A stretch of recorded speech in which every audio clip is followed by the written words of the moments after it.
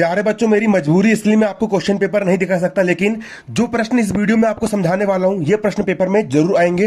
पूरी full guarantee है, पूरी 100% पूरी फुल गारंटी है। ये प्रश्न पेपर में जरूर आएंगे, और नहीं आया तो आप चैनल को अनसब्सक्राइब कर देना, मेरा वीडियो बिल्कुल मत देखना। मैं बता रहा हूं कक्षा 10वीं अर्धवार्षिक परीक्षा सत्र 2021-22 की विज्ञान विषय, कक्षा 10वीं विज्ञान अर्धवार्षिक परीक्षा मध्य प्रदेश राज्य एमपी बोर्ड के जितने बच्चे हैं ये प्रश्न को समझ लो बच्चों, ये जल्दी समझ लो।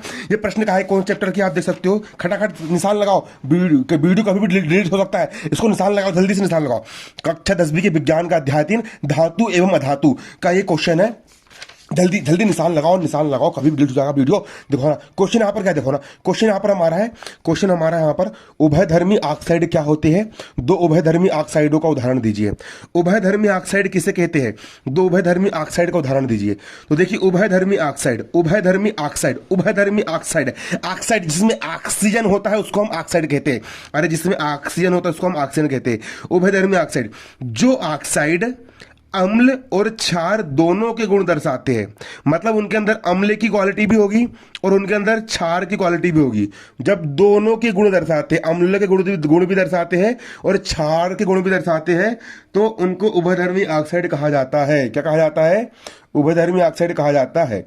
जो ऑक्साइड जो ऑक्साइड अम्ल एवं क्षार दोनों के गुणों को दर्शाते हैं, वे जो ऑक्साइड अम्ल एवं क्षार दोनों के गुणों को प्रदर्शित करते हैं, उनके अंदर अम्ल खट्टे भी होते हैं और क्षार यानी कड़वे भी होते हैं, दोनों के गुणों को दर्शाते हैं, वे उभयधर्मी ऑक्साइड कहलाते हैं। अथवा जो ऑक्साइड अम्ल एवं क्षार दोनों से अभिक्रिया करके लवण और पानी बनाते हैं, वे उभयधर्मी ऑक्साइड कहलाते हैं। आप ये वाली परिभाषा लिख देना पेपर में, जो ऑक्साइड अम्ल और क्षार दोनों के गुणों को दर्शाते हैं वे उभयधर्मी ऑक्साइड कहलाते हैं। इसका एग्जाम्पल है एल्यूमिनियम ऑक्साइड Al2O3 और दूसरा है जिंक ऑक्साइड ZnO। ये हो गया आपका एल्यूमिनियम ऑक्साइड Al2O3, है ना। तो जो ऑक्साइड अम्ल एवं क्षार दोनों के गुणों को प्रदर्शित करते हैं वे उभयधर्मी ऑक्साइड कहलाते हैं। अगला क्वेश्चन ये वाला मोस्ट आईएमपी है, तो है ना। आयनिक यौगिकों के उच्च गलनांक क्या होते हैं, जो आयनिक यौगिक होते हैं, आयनिक यौगिक किसे कहते हैं बच्चों, पहले समझ लो आयनिक यौगिक क्या होते हैं। आयनिक यौगिक किसे कहते हैं आप समझ लो। आयनिक यौगिक का मतलब क्या होता है, जैसे कि एक हो गया Na+, ये धन चार्ज, और दूसरा हो गया Cl- क्लोरीन, ये सोडियम का धन आयन हो गया, ये क्लोरीन का ऋण आयन हो गया। जब ये आपस में क्रिया करेंगे तो इनके आपस में क्रिया करने से NaCl बनेगा, इनके आपस में क्रिया करने से NaCl बनेगा। और जो धन वाला और ऋण वाला, अरे लड़का और लड़की दोनों एक दूसरे से चिपक गए, है ना, धन वाला और ऋण वाला दोनों एक दूसरे की ओर आकर्षित हुए और एक आयनिक यौगिक बना लिए। इनके बीच में जो बंध बनेगा उसको हम आयनिक बंध कहते हैं, है ना। चूंकि प्रबल अंतर आयनिक आकर्षण को तोड़ने के, तो आयनिक यौगिक के उच्च गलनांक के होते हैं। इनके गलनांक बहुत ज्यादा उच्च होते हैं। गलनांक का मतलब क्या होता है, कोई भी चीज को गलाने के लिए, जैसे लोहा हो गया, लोहा को हम गर्म करेंगे तो वो भी पिघल जाएगा, बर्फ को गर्म करेंगे तो वो भी पिघल जाएगा, लेकिन नमक को गर्म करेंगे तो बहुत उच्च गलनांक होता है, मतलब बहुत हाई टेम्परेचर पर गर्म करने पर वो पिघलते हैं। तो इनके बीच में क्या होता है, प्रबल अंतर आयनिक आकर्षण को तोड़ने के लिए, इनका जो आकर्षण बल होता है इसको तोड़ने के लिए, प्रबल अंतर आयनिक आकर्षण को तोड़ने के लिए बहुत अधिक ऊर्जा की आवश्यकता होती है, बहुत ज्यादा एनर्जी की आवश्यकता होती है। इसीलिए क्या होता है बच्चों, इसीलिए आयनिक यौगिकों के उच्च गलनांक होते हैं, ठीक है। चूंकि प्रबल अंतर आयनिक आकर्षण को तोड़ने के लिए उच्च ऊर्जा की पर्याप्त मात्रा आवश्यकता होती है, बहुत ज्यादा ऊर्जा लगती है, इसीलिए आयनिक यौगिक के जो गलनांक होते हैं वो बहुत ज्यादा क्या होते हैं, उच्च होते हैं, है ना। पिघलते नहीं आसानी से, क्योंकि वो जो बंद होते हैं उनको तोड़ने में बहुत एनर्जी लगती है। अगला आप देख सकते हो, अगला क्वेश्चन है, निम्न की परिभाषा दीजिए। खनिज किसे कहते हैं, अयस्क किसे कहते हैं और गैंग किसे कहते हैं। खनिज किसे कहा जाता है, पृथ्वी से प्राप्त वे प्राकृतिक पदार्थ जिनमें धातु या उनके यौगिक किसी ना किसी रूप में समाहित होते हैं, खनिज कहलाते हैं।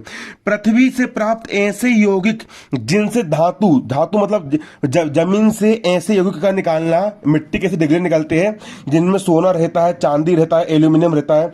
तो पृथ्वी मतलब जमीन से प्राप्त ऐसे प्राकृतिक पदार्थ जिनसे धातु या उनके यौगिक किसी न किसी रूप में समाहित होते हैं और उनसे हम उन यौगिक को प्राप्त कर सकते हैं, वे यौगिक खनिज कहलाते हैं।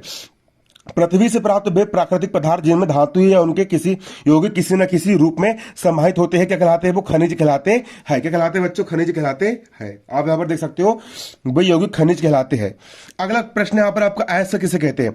ऐसे खनिज जिनसे धातु का आसानी से निष्कर्षण कर सकते हैं, मतलब जिन खनिज से हम धातु को आराम से निकाल सकते हैं, है ना। जिन खनिज से हम सोना निकाल सकते हैं, जिन खनिज से हम लोहा निकाल सकते हैं, जिन खनिज से हम धातु को आसानी से निकाल सकते हैं और लाभदायक तरीके से हम निष्कर्षण कर सकते हैं, वे अयस्क कहलाते हैं।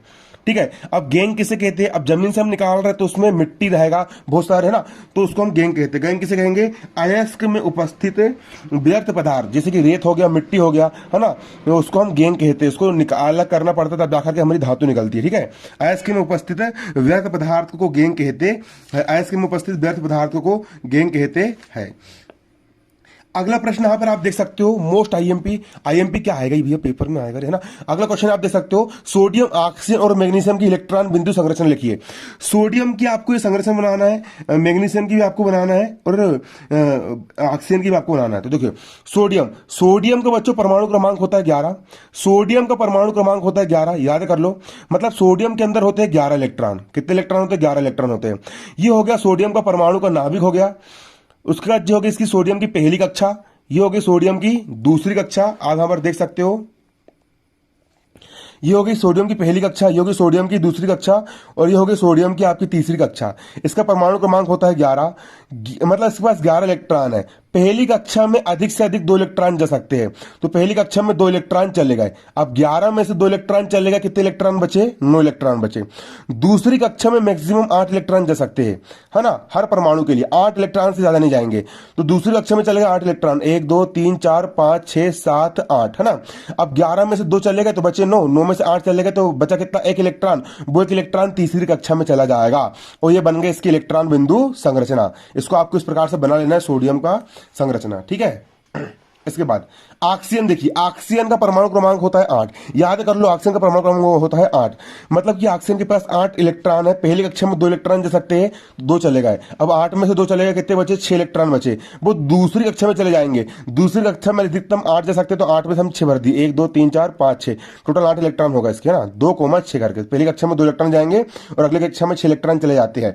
अगला मैग्नीशियम, पेपर में क्वेश्चन आएगा मैग्नीशियम की इलेक्ट्रॉन बिंदु संरचना बनाइए। तो देखिए मैग्नीशियम का ये हो गया परमाणु का नाभिक, ये हो गया इसकी पहली कक्षा, दूसरी कक्षा, तीसरी कक्षा। मैग्नीशियम का परमाणु क्रमांक होता है बच्चों 12। मैग्नीशियम का परमाणु क्रमांक होता है बच्चों 12, है ना। पहली कक्षा में 2 इलेक्ट्रॉन जाएंगे तो 12 में से 2 इलेक्ट्रॉन चलेगा, कितने बचे? 10 इलेक्ट्रॉन बचे। दूसरी कक्षा में अधिकतम 8 इलेक्ट्रॉन जा सकते हैं, तो 1 2 3 4 5 6 7 8 चले गए, है ना। तो कितने बचे? है ना, 12 में से 2 यहां चले गए, बचे 10, 10 में से 8 यहां चले गए, बचे 2 इलेक्ट्रॉन बचे वाले तीसरी कक्षा में चले जाएंगे। ये 2 इलेक्ट्रॉन यहां पर चले गए और ये बन गए मैग्नीशियम के इलेक्ट्रॉन बिंदु संरचना। आपको इतना करने में नंबर मिल जाएंगे। ठीक है।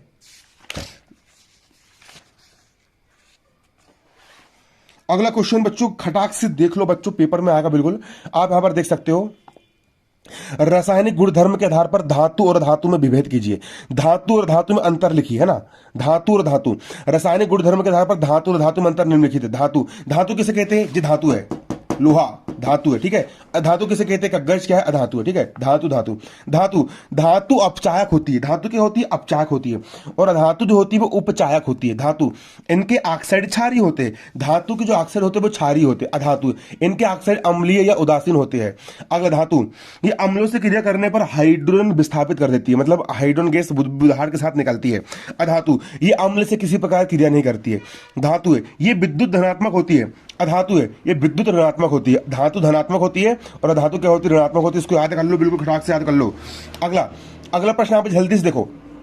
अगला प्रश्न यहां पे देखो, लोहे को जंग से बचाने के 2 तरीके बताइए। लोहे को जंग से बचाने के 2 तरीके क्या है? तो पहला होता है यशद लेपन। लोहा जो होता है ना बच्चों, लोहा के ऊपर आप देखोगे, लोहा के ऊपर एक परत चढ़ जाती है भूरे रंग की, उसको हम जंग लगना कहते हैं। उसको जंग से बचाने के लिए हम क्या करते हैं? तो देखिए लोहे पर जस्ते की परत चढ़ा देते हैं, है ना। जब लोहे के ऊपर हम जस्ते की परत चढ़ा देंगे, जिंक की परत चढ़ा देंगे तो उसमें जंग नहीं लगती है। दूसरा क्रोमियम लेपन, लोहे पर क्रोमियम की परत चढ़ा देने को हम कहते हैं क्रोमियम लेपन। लोहे के ऊपर अगर हम क्रोमियम की परत चढ़ा देंगे तो उसमें जंग नहीं लगती है। अगला प्रश्न यहाँ पर आप देख सकते हो, ऑक्सीजन के साथ संयुक्त होकर अधातु कैसा ऑक्साइड बनाती है? तो ऑक्सीजन जो होती है वो अधातु के साथ संयुक्त होकर प्रायः अम्लीय ऑक्साइड बनाती है। ऑक्सीजन गैस जब अधातु से संयुक्त हो जाती है, जैसे ऑक्सीजन गैस है, ये हो गई ऑक्सीजन गैस, अधातु हो गई कार्बन के साथ जब संयुक्त होती है तो कार्बन डाइऑक्साइड गैस बनती है CO2। सी मतलब कार्बन, दो यानी डाई, ओ यानी ऑक्साइड, कार्बन डाइऑक्साइड गैस बनती है, अम्लीय गैस है, ठीक है। तो ऑक्सीजन जो होती है वो अधातुओं से संयुक्त होकर के प्रायः अम्लीय ऑक्साइड बनाती है, अम्ल बनाती, खट्टी है ना, अम्ल यानी खट्टा ना। लेकिन कुछ ऑक्साइड उदासीन भी होते, कैसे होते हैं? उदासीन भी होते हैं। कुछ ऑक्साइड कैसे होते हैं बच्चों? उदासीन भी होते हैं। आप यहां पर देख सकते हो कुछ ऑक्साइड यहां पर उदासीन भी होते हैं। अगर आप देख सकते हो, अगला क्वेश्चन यहां पर आप देख सकते हो, प्लेटिनम, सोना एवं चांदी का उपयोग आभूषण बनाने के लिए क्यों करते हैं? प्लेटिनम, सोना और चांदी का उपयोग हम आभूषण मतलब गहने प्लेटिनम के बनते, सोना के बनते, चांदी के बनते, क्यों? तो प्लेटिनम, सोना और चांदी जो होते हैं वो बहुत क्षीण क्रियाशील होते हैं, मतलब शरीर से क्रिया नहीं करेंगे। अगर तुम लोहे का नेकलेस बना के पहनोगे ना तो लोहे में जंग लगेगी, तुम्हारी गर्दन सड़ जाएगी, है ना। अगर तुम मिल जाओ जमाना, अरे भैया कहाँ देखो। तो प्लेटिनम, सोना और चांदी जो होते हैं अत्यंत क्षीण क्रियाशील होते हैं और इनका संक्षारण नहीं होता, ये खराब नहीं होते हैं, ये खराब नहीं होते हैं, ठीक है। इसलिए इनका उपयोग आभूषण बनाने के लिए किया जाता है। तो बच्चों अगला वीडियो जल्दी आने वाला है। धन्यवाद। जय हिंद जय भारत। कक्षा 10वीं में MP बोर्ड में चैनल सब्सक्राइब कर लो। धन्यवाद। जय हिंद जय भारत।